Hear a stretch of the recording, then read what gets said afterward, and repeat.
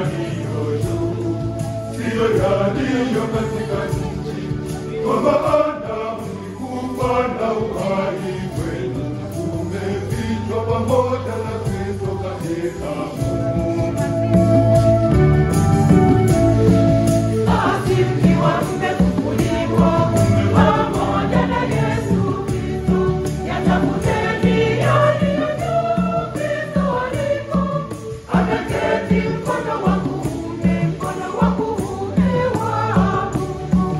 Basi mkiwa mmefufuliwa pamoja na Yesu Kristo, yatafuteni yaliyo juu, Kristo alipo ameketi